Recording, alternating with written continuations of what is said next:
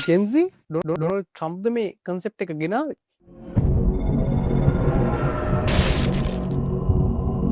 ජෙන්සීලා කියලා කියන්නේ 1997 ඉඳලා 2012 යන වර්ෂ අතර ඉපදුන අය. ඒ කියන්නේ මේ ලෝකේ සම්පූර්ණයෙන්ම තාක්ෂණික යුගයකට ඇතුල් වෙන්න කලින්. ඒ කියන්නේ ලෝකේ සම්පූර්ණයෙන්ම ඩිජිටලයිස් වෙන්න කලින් මේට කලින් තිබුණු පරණ සුන්දර ලෝකේ සහ මේ අලුත් නව ඩිජිටල් ලෝක යන ලෝක දෙකම සමානව අත්විඳපු අය. ඉතින් මේ ජෙන් සී කියන කන්සෙප්ට් එක නැත්නම් ජෙන් සී කියන කාණ්ඩ කිරීම කවුරු විසින්වත් නම් කරපු දෙයක්වත් කවුරු විසින්වත් ගොඩනගපු දෙයක් නෙමෙයි. ඒක ඇත්තටම කිසිම සම්මතයක් දරන දෙයක්වත් නෙමෙයි. ඉතින් අද කියන්න යන්නේ අඩ මානෙට බේරුණ ජෙන් සීලා ගැන නෙමෙයි. අද කියන්න යන්නේ ෆුල් ඩිජිටලයිස් වෙච්ච ලෝකෙක තමා අතදරුවෙක් අවදීදී ඇඬිල්ලක් ඇති වුණාම ඒ ඇඬිල්ල නතර කරන්න ඒ දරුවගේ අම්මා ෆෝන් එකකින් නැලවිලි ගීයක් දාලා ඒකේ ෆ්‍රීකවෙන්සි එකට නැලවෙන යුගයක ඉපදුන ජෙන් ඇල්ෆා කියන කාණ්ඩය ගැන.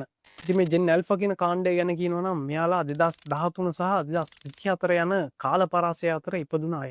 කියන්නේ මෙයාලගේ වැඩිමල් පිරිසට අවුරුදු 12ක් වෙන අතර ලාබාලතම පිරිස තාම අතදරුවන් සහ කුඩා දරුවන්. ඉතින් කුඩා කාලෙදිම මෙයාලා වර්ධනය වෙන්නේ ගොඩක් තාක්ෂණික දියුණු යුගයක. ඒ කියන්නේ කුඩා කාලෙදිම මෙයාලගේ අතර ස්මාර්ට්ෆෝන් එකක් හම්බ වීමේ ලොකු සම්භාවිතාවක් තියෙනවා. ඉදිරියේදී මනුෂ්‍යයාගේ සිතුවිලි වල නැත්නම් thinking patterns වලට ලොකු බලපෑමක් සිදු කරන්නේ මේ ඩිජිටල් මාධ්‍ය තුලින් කියන එකට දැනටමත් කරුණු සාධක හොයාගෙන තියෙනවා.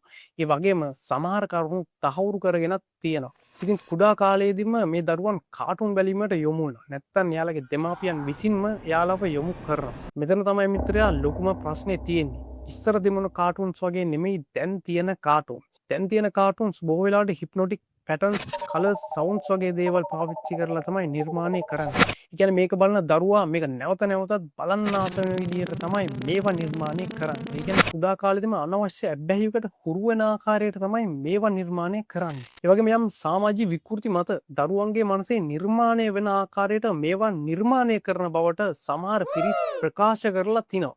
ඒ වගේම සමහරු තහවුරු කරලා තියෙනවා. ඒ වගේම මගේ අර කලින් වීඩියෝ එකේ කියපු නව යුගයක් නැත්නම් සිහිවිකල් යුගයක් බිහි කිරීමට දායක වන 13 කණ්ඩායමේ පුද්ගලයෙකුට මේ ළමා නිර්මාණ සිදු කරන ආයතනයක් අයිති බවට යම් යම් කටකතා පවතිනවා. ඒ වගේම ඔයාලා දැන් YouTube එකේ වැඩිම වාර ගණනක් නරඹා ඇති වීඩියෝස් මොනවද කියලා සර්ච් කරොත් ඒ වගේ ඉහළින්ම තියෙන්නේ මේ දරුවන්ව ફોකස් කරලා කරපු නිර්මාණයි. ඉතින් කුඩා කාලේදීම යම් අනවශ්‍ය අබැහියකට හුරු කුඩා කාලේදීම යම් හිප්නොටයිස් එකකට පත් වුණු කුඩා කාලේදීම යම් අනවශ්‍ය විකෘති මතයක් හිත තුළ ඇඳුණු දරුවා අනාගතයේදී සමාජයට ආවිට ඔවුන්ගෙන් නිර්මාණය වෙන සමාජය කුමන ආකාරයේ හැඩයක් ගනීද? සංවාදය